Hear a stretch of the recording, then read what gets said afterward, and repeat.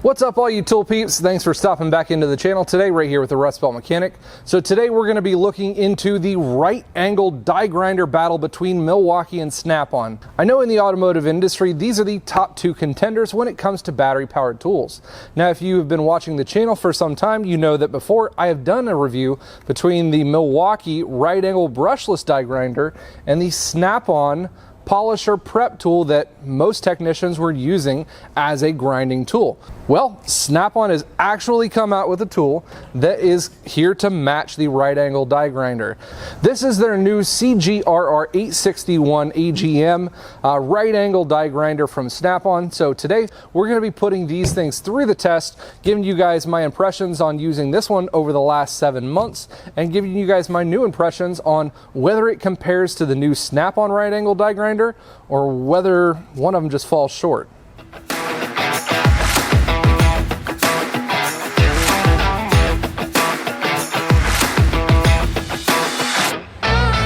First, let's dive into some of the differences between two of these tools before we start putting them through the test on our bench. So first off, we have the Milwaukee right angle die grinder. This is their fuel brushless version. Obviously, Milwaukee has come out with a vengeance with a lot of their fuel lines. Their brushless tools have been absolutely killing it in the market in 2020, and this has been no different. This one kicked off early off in 2020, and it has done a fantastic job. On this one, you have a selectable output of speeds on the back, 4 different selections, RPM ratings up to 24,500 RPM. Obviously, this runs with the tried and true Milwaukee M12 battery line, and it does pretty good on battery usage. The tools that I've used on this one are mostly the 2-inch cookies as well as the cutoff wheels. You do have to use tool wrenches that come with the kit to be able to take off your ends here with the chuck. Not really that big of a deal. Also, it has the LED light built into the lower portion of the handle. That's one of the negative things that I had for this tool at the original time when I reviewed it, because a lot of the times you've got your hand here on the trigger and your pinky is kind of covering up that part of the light. I do like the variable speed flap that it has for the tool. Overall, it has worked really great for me over the last 6 or 7 months. Now, price-wise, the Milwaukee comes in at a whopping 169 bones for the tool alone. Sometimes you get them for 179, 180 on sale with one of the batteries that comes with it, one of the 2 amp hour batteries. So all in all, really great tool. I definitely recommend using at least the 3 amp hour batteries on this one. That gives you the best output and power for the usage on these. Works really great. And then we've got our Snap-on CGRR861. This is going to be in the gunmetal gray is what I picked this one up on. It was either that or highlighter yellow, so obviously choice was this one for me. This tool is obviously going to be about 2 inches longer than your Milwaukee. The end is going to also come in at about 1.5 inches more shallow too when you put the same cookie disc up onto the end of it. This one, you only have to use one tool to be able to release the chuck end. It does have a small little trigger here at the lower portion of the head to lock the shaft into place. So you can just use one tool, break your chuck loose, and you can change out your chuck heads. The Snap-on also comes in at a higher RPM range. This one's coming in at a whopping 28,000 RPM, almost 4,000 RPM faster than the Milwaukee. Runs the Snap-on standard 14.4 volt battery line. A lot of these things come with the 2.5 amp hour battery if you're getting it with the battery and kit. Obviously, for the name and having that big old Snap-on logo on this tool, you're going to have to pay a little bit more for it. For the tool alone, you can pick this one up if they have any left in stock for right around 315 bucks. But that's one of those things that Snap-on, they kind of throw a couple of them out earlier on to be able to see how the waters kind of test. And then for the next 3 months, you're not going to be able to see any of them. So if you don't pick up those initial 2 or 3 that your dealer has, you're not going to see these probably for another 2 to 3 months is my guess. A couple of other obvious differences. The Snap-on one is going to be just slightly more slender. The head design obviously is going to fit into a couple more tight spaces, and this does not have your variable speed paddle. It has a on and off switch with a variable speed thumb roll right here onto the back side of it. You're going to have a selection range from 1 up to 7. I don't know where they decided to stop at 7 for. Why not just go 1 through 5? But That's what they decided to go to, 7 on that one. And running with the 14.4 battery line, I really love that the Snap-on tools have their magnetic attachments for the 14.4 tools to be able to magnetize to just about any surface without having to worry about my tool flopping over so easily. So big thumbs up on the battery line for Snap-on on that one. Also to note, the Snap-on one does not have any kind of LED lights or anything to be able to view what you are grinding or cutting on any easier, just like the Milwaukee ones do. Pretty much every single one of their battery lines coming out over the last year and a half has had some kind of light on it. And the Snap-on ones, even the polisher grinder, this one did not have any lights on it either, which is kind of surprising in that aspect. Now, in the way of testing on these, we're going to be testing a couple of things on the general usage of these. We've got some wheels to be able to grind beads on. Old Project Cheap Caddy, if you guys remember that one on the channel. I've got some tires to put on that one, and the beads are nasty on that thing. So we've got to grind them clean before we can get some new tires on it. So we're going to be grinding them. One wheel is going to be running for the Snap-on, and one wheel is going to be running for the Milwaukee. We were testing these. Obviously, your Snap-on's got a little bit higher voltage, 14.4.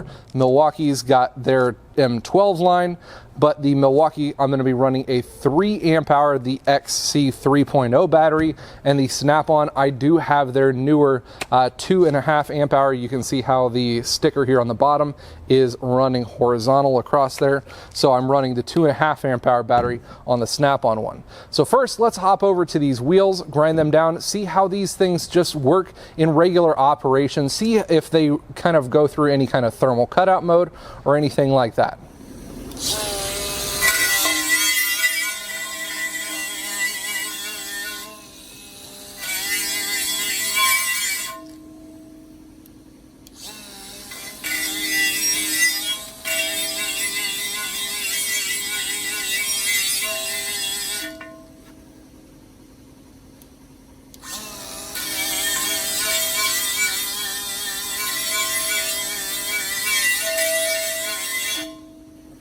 Not even really pressing down that hard. Maybe we get some more speed here.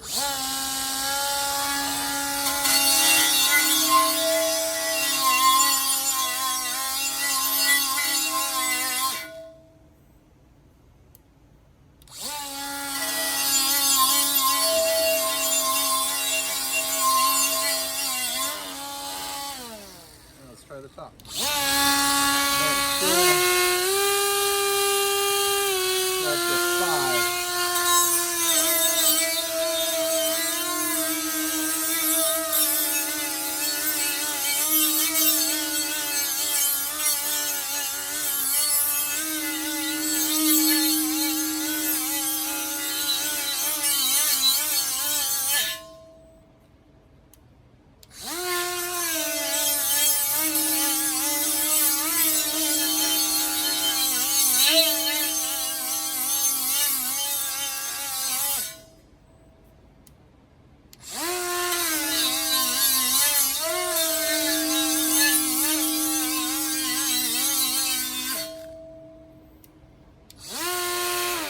Milwaukee, 3 bars on it at least.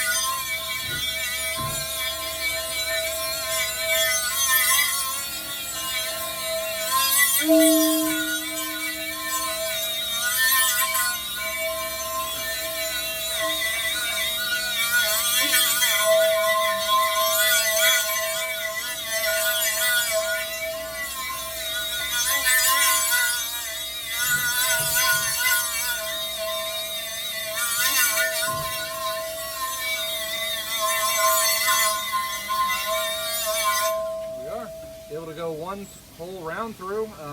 Did use up half a battery, but it was able to go all the way around this part of the rim without dying. See if we can do the other half. All right, side 2.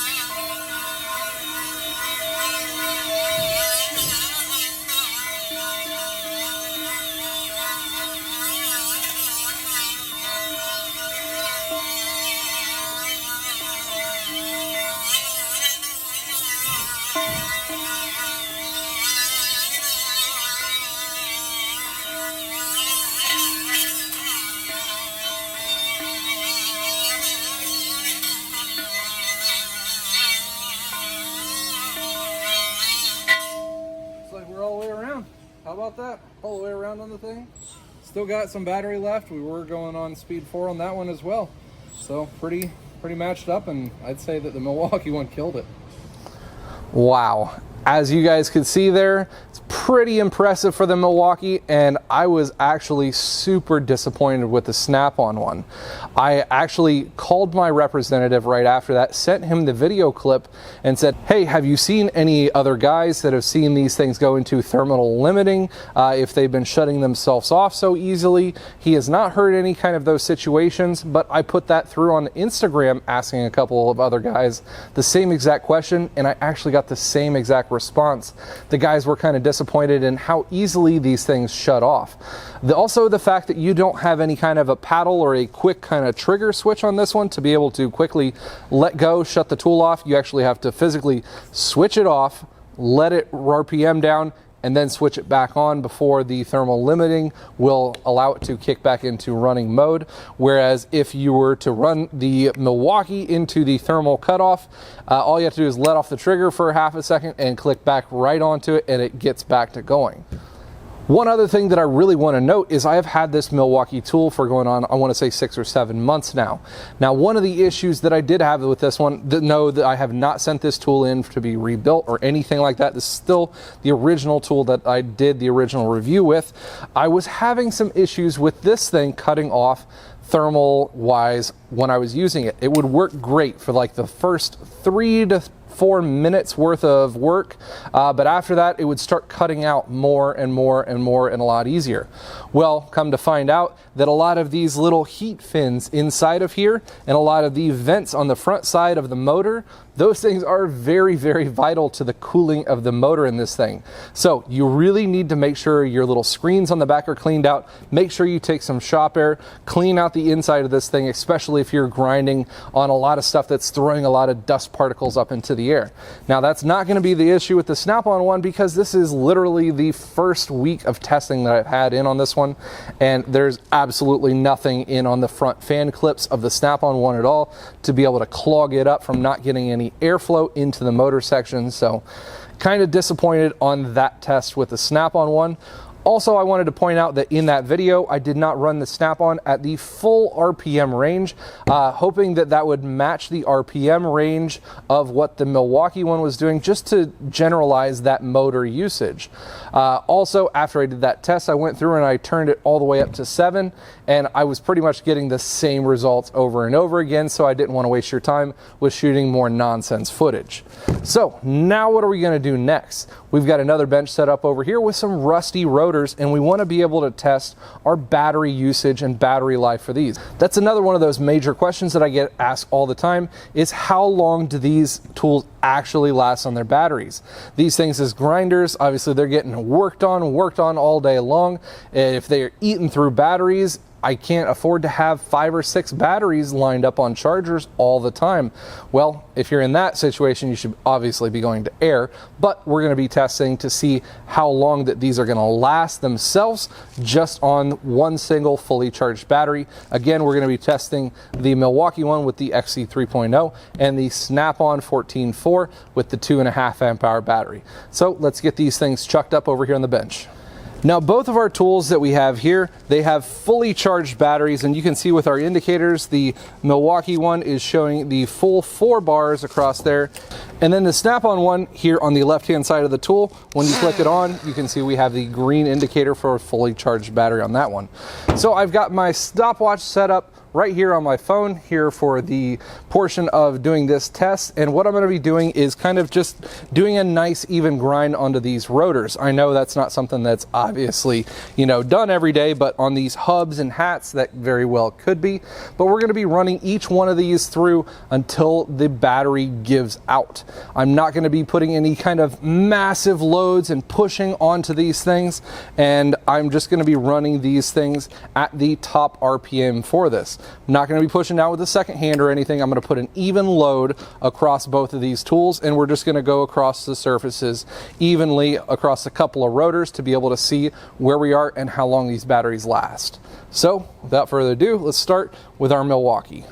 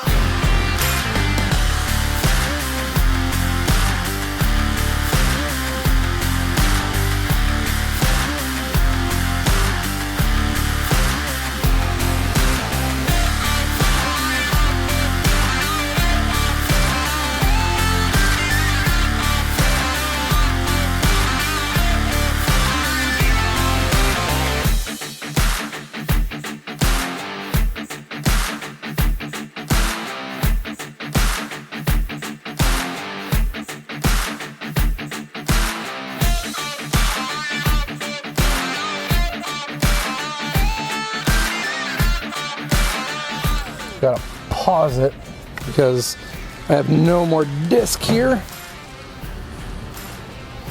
to be able to grind with. Swap a new one in so we're getting the consistent contact. Start back up again.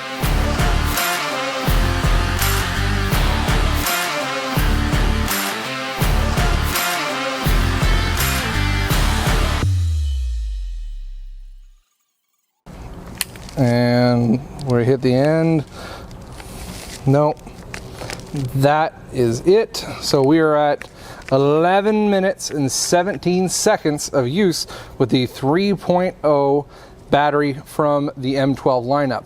Like I said, halfway through there, I did switch up to a new disc because that one had absolutely nothing left on it, and we wanted to give it some more, you know, obviously resistance that you're actually going to be doing something to this tool. All right, so that's our result on that one. We're going to get some new rotors in here for the Snap-on one, get this one rocking and rolling. Now with this test, we're going to be doing something just a little bit different. On the first test, I tried to match RPMs as best I can, but on this one, a lot of the guys were like, hey, let's go ahead and run this thing at the full RPM load because you're going to have less thermal cutoff on that one. It's just a try for that one. I had 0 thermal cutoff on this one at all. I had none. The tool never shut off. So I'm not going to be pushing on this one any more than what I did on that one, and we're going to see if this thing shuts off for heat purposes or whatnot. So let's start our timer up and get this thing rolling.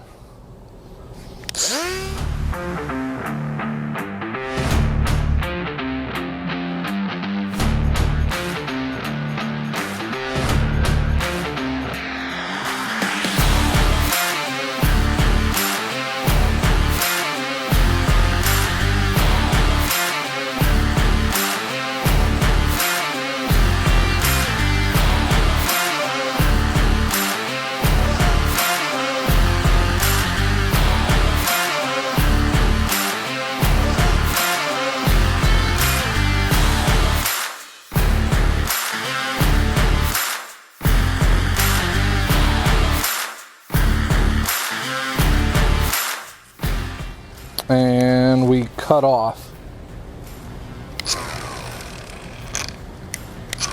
It did not thermal cut out, but that was the extent of the battery. That was it. We ran 4 minutes and 31 seconds on that battery, and that must have been a difference right there between that and the first test that we did on there. The first test, like I said, we matched the RPM. We ran it at about 6 or so over there on the bead of the tire, and we were getting that thing to cut off, thermal limiting it quite often, where we weren't with the Milwaukee one, still running it on 4. I wonder if that was the difference. If we ran it all the way up on 7, this thing did not thermally cut off. But you know what?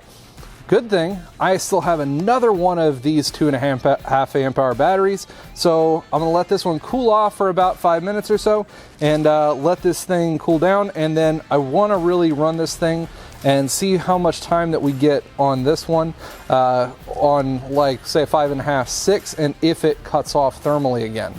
All right, we've given her a couple of minutes to cool down. Got a brand new 2.5 amp hour battery put right here onto the Snap-on tool. And we've got this one, you see green light right there, so we're all green. And we're gonna run this one 5 3/4, 6, right around what we were running over on the wheel to see if this thing cuts out more if we slow the RPMs down on it and not just give it the full beans. So let's see what it'll do and see if it'll cut out.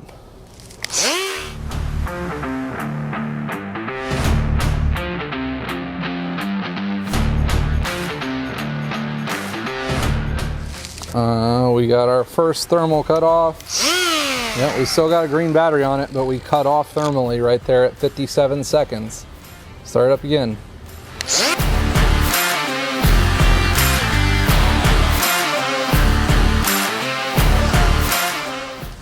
We had our second thermal cutout at 1:43.